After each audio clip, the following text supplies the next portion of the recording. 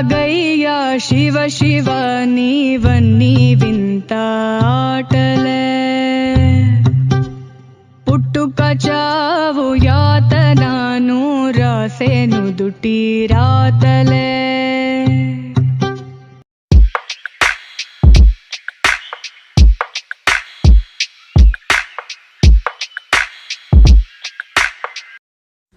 Hello అందరికీ, మేము ఎక్కడికి వెళ్తున్నామో తెలుసా అండి?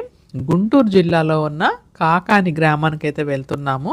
అక్కడ సుబ్రహ్మణ్యేశ్వర స్వామి టెంపుల్ నూతనంగా ప్రారంభించడం జరిగిందండి.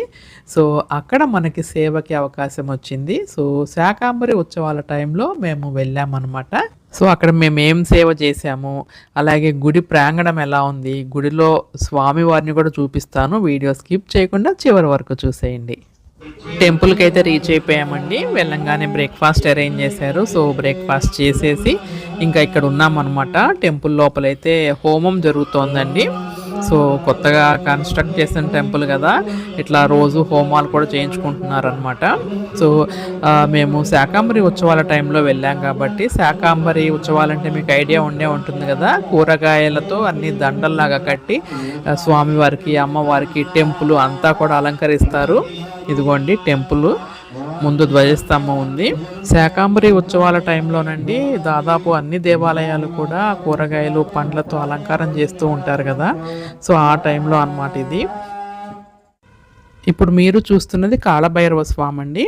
ఈ స్వామి వాహనం వచ్చేసి సునకము, మీకు వెనక కనిపిస్తోంది చూడండి. ఈ స్వామివారు 4 భుజాలు కలిగి ఉంటారండి.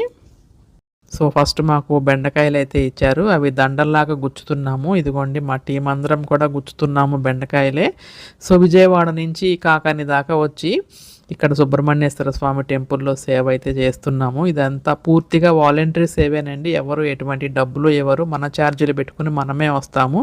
ఏదో మన వంతు సేవ మనం దేవుడికి చేయాలి అనే ఉద్దేశంతో మాత్రమే అన్నమాట ఇది.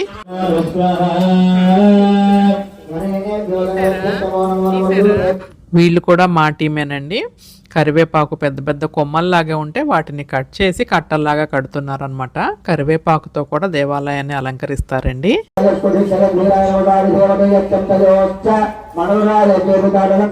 ఇదిగోండి ఇలా కట్టిన దండలన్నీ కూడా ఇలా పక్కకు పెట్టేస్తున్నాము.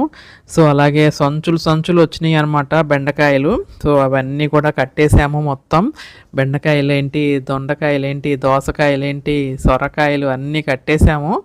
సో ఇంకా లాస్ట్కి మేము ఈవినింగ్ అయిపోయింది టైము. సో వేరే టీం కూడా వచ్చేసింది అనమాట. సో ఇంకా దర్శనం చేసుకుని బయలుదేరదామని చెప్పి సో దర్శనం చేసుకుంటున్నాను.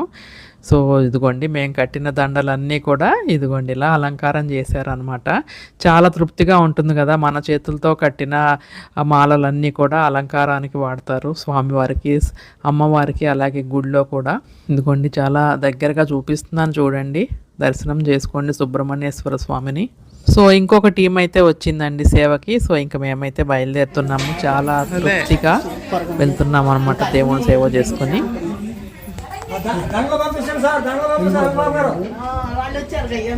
మేము వెళ్ళిపోతున్నాం, విజయవాడ నుంచి వచ్చాక మేము వెళ్ళిపోతున్నాం. ఇంకో టీం వచ్చేసింది. సో ఇదండి మేము సుబ్రహ్మణ్యేశ్వర స్వామి ఆలయంలో చేసిన సేవ. వీడియో నచ్చితే కనుక తప్పకుండా లైక్ చేసి, అలాగే కొత్తగా ఎవరన్నా చూస్తుంటే కనుక ఛానల్ని సబ్స్క్రైబ్ చేసుకోండి. అలాగే సేవ వివరాలు ఏమన్నా కావాలంటే కామెంట్ చేయండి. Have a nice day. Bye.